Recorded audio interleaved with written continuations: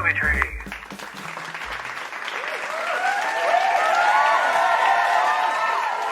Howdy, howdy, branches, and welcome to another episode of the Movie Tree Podcast where we do Rambo. We do the firstest time. First Blood. Yes. Not actually Rambo. And then it's Rambo 2 First Blood. No, it's Rambo First Blood Part 2. Ah, fuck. Yeah, no. They really... Not hard to keep track of at all. They really cooked that. They did. really did. They're just like, but we like Rambo. You feel like that's the production getting involved, yeah? I think we should call him Rambo. The next movie should be called Rambo. But the first one's First Blood. Oh, we've got to keep that in there as well. Yeah. But it's part 2. You shoot yourself in the foot when you put a number in the title and then make a sequel. Especially when the name has first in it. It's like First Part 2. Yeah. No. Okay. It doesn't work. It's fucking confusing. Anyway, excited? Yeah, it was a good watch. It was a good watch. It was okay. Yeah. So you got here by coming the Christmas. Ooh, that's blood. That's your first blood. He didn't actually have that real mumbly mumble then, did he? No, he's actually trying to act here. He's trying to act. So we got him by climbing the Chris Mulkey branch. He played Mr. Helverson in The Purge and he plays Ward in First Blood. Does. Everyone looks very young in this. Yep. Storyline. A veteran Green Beret is forced by a cruel sheriff and his deputies to flee into the mountains and wage an escalating one-man war against his pursuers. God damn, he does. Hey, that's a story. That is a story, and that's what it does. When did you first watch? I'd have to say I must have rented this or maybe watched it from my brother's collection. Rambo, I don't think, I like it, but I don't think it was a big one in my life. Yep. Yeah, what about you? This is one of those ones in the 80s when, because I was young, I think I watched First Blood Part 2 first and then watched this later in the 80s. I feel like number 2's the known one. Yes, I think it is too. This one, I think people, if you said, First Blood, what's it about? It'd be like, oh, Rambo's there and he's all muscly and oily with the big gun. It's not it. That's not it at all. No, he's broken. IMDb has it as a 7.7. Damn, that is huge. Rotten Tomatoes, 86% critics, 86% audience. Oof. On a budget of 15 mil, 2 of which was Stallone's salary. It made 125 mil at the box office, 6 at the box office for that year, beaten by E.T., beaten by himself with Rocky 3, Tootsie, An Officer and a Gentleman, and Gandhi. Not a bad lineup. No. Rated R in Australia. Released on the 3rd of December 1982. This is our third movie from 1982. Do you care to have a go? No. All right, we've done Poltergeist. Yep. And The Thing. Oh, of course. Runtime of an hour and 33 minutes. Produced by literally nobody. At all. Directed by Ted Kotcheff, who directed the original Fun with Dick and Jane in the 70s. Yeah. Uncommon Valor and Weekend at Bernie's. And it's a mixture. Very strange mix, isn't it? The cast, Sylvester Stallone, 36, Brian Dennehy, 44, Richard Crenna, 56, Bill McKinney, 51, and Jack Starrett, 46. Yep.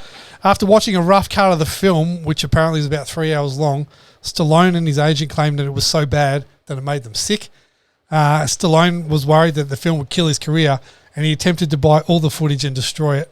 When he couldn't do that, he suggested that the producers cut much of his part and let the rest of the characters tell the story. After heavy editing, the film was cut down to 93 minutes and set a precedent for future action movies. Release the 3-hour cut.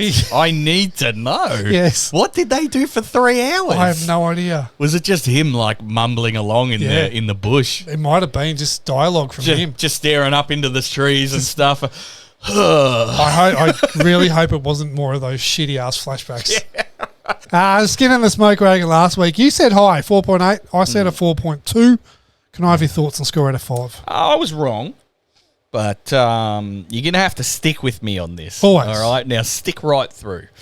This movie has absolutely nothing going for it in today's era. The action is dated, the storyline becomes uninteresting past the first forest scene, and the special effects we've seen 100 times before. About 3/4 into this film, I was like, maybe it's Rambo 2 I liked. In saying that, it all becomes worth it once we get John Rambo's "I'm nobody back home" speech to Colonel Trotman.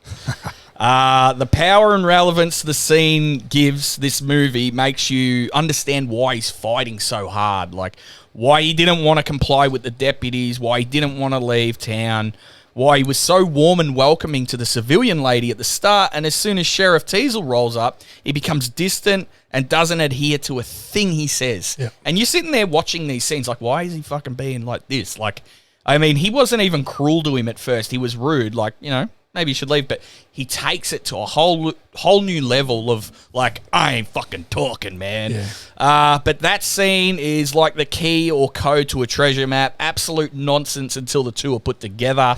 I was going to give it a 3.8, but that goddamn song at the end took it down a whole fucking point. 3.7 out of 5. Okay. What do you got, mate? Well, first things first. I don't deny this movie's earned its place in cinematic history. Oh, he always No puts argument this there. forward, tries to get the people on his side. Groundbreaking in its own way. The performances were all good from the main cast. The setting, superb. Absolutely superb setting. And hats off to cinematography.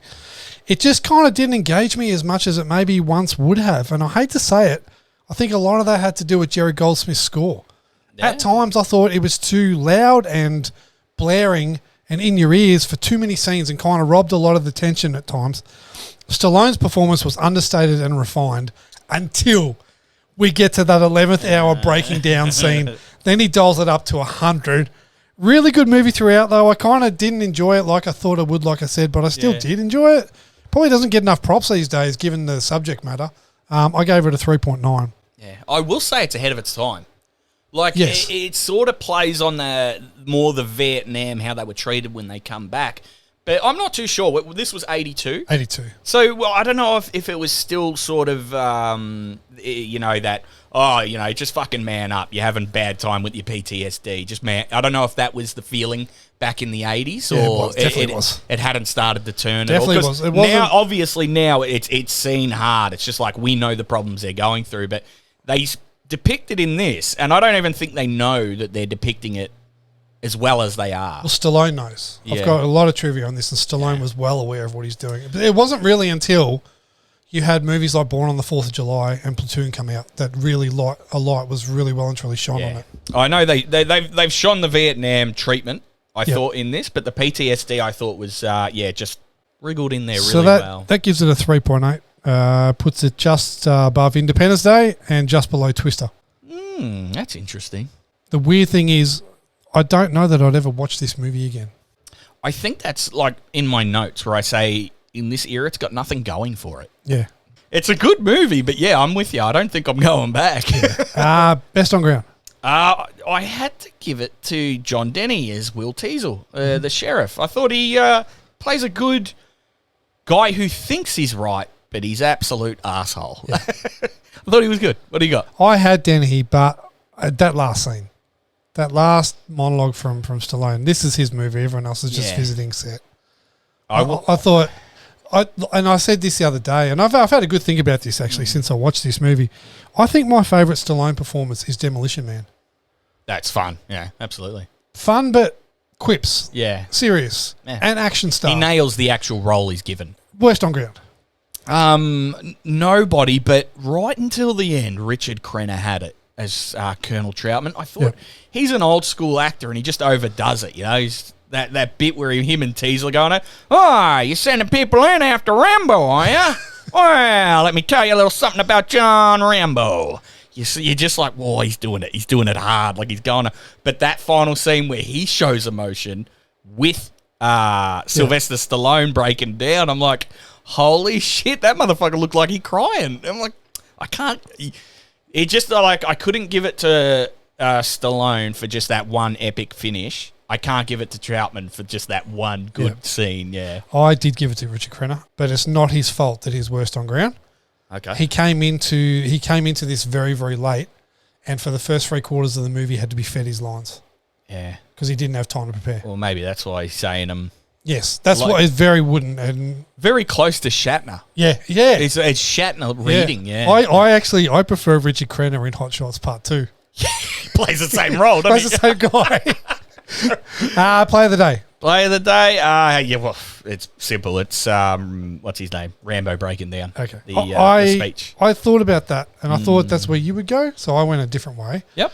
I went practical almost. The chase from when Rambo busts out of Cop Shop. Oh, yeah, on the bike? Up until the mountains when he hoofs it on foot. Yeah. That was, and there was when the cop car does the jump, that was the second jump. The first jump, the cop car hit the ramp too quick and went too high, and the stuntman broke his back. Oh, son of a bitch. Yeah, How is he now?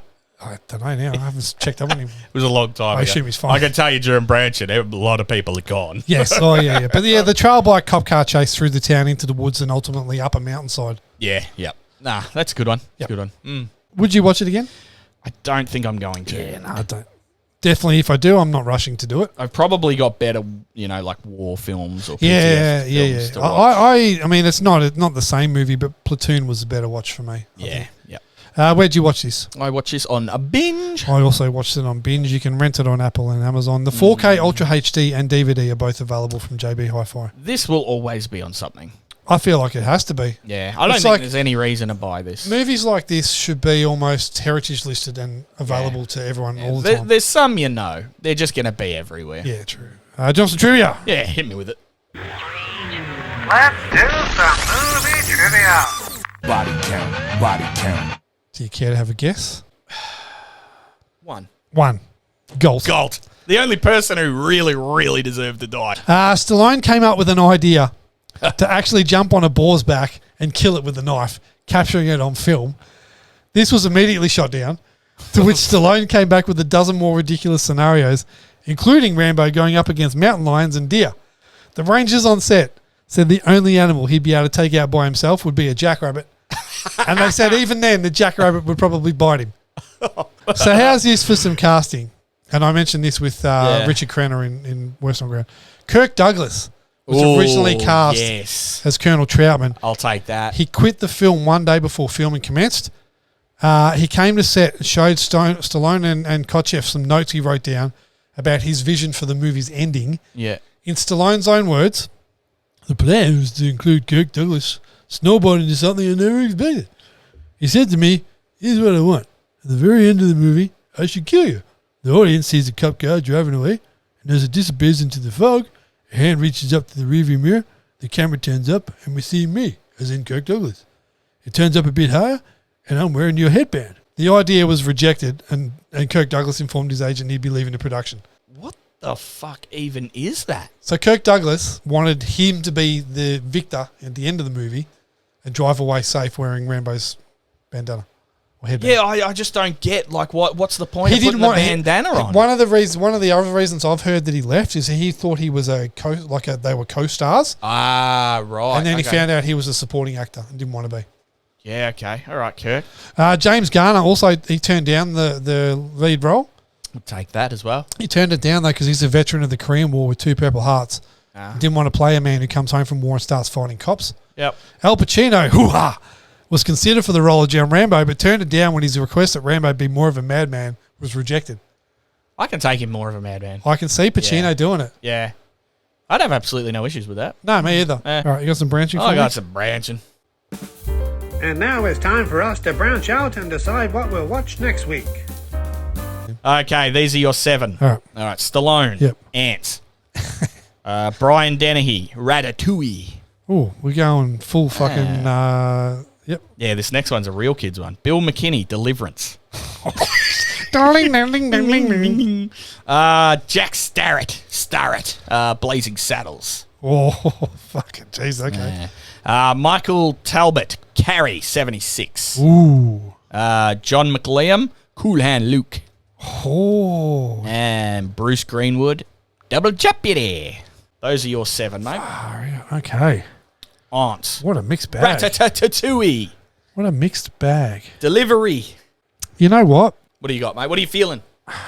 Did anything capture your eye straight away? As soon as you said it. Yep. Cool Hand Luke. Oh, nice, really. Oh, you've called it? Or are you just thinking about That's that? what first got you. got me. Now that you're thinking about it.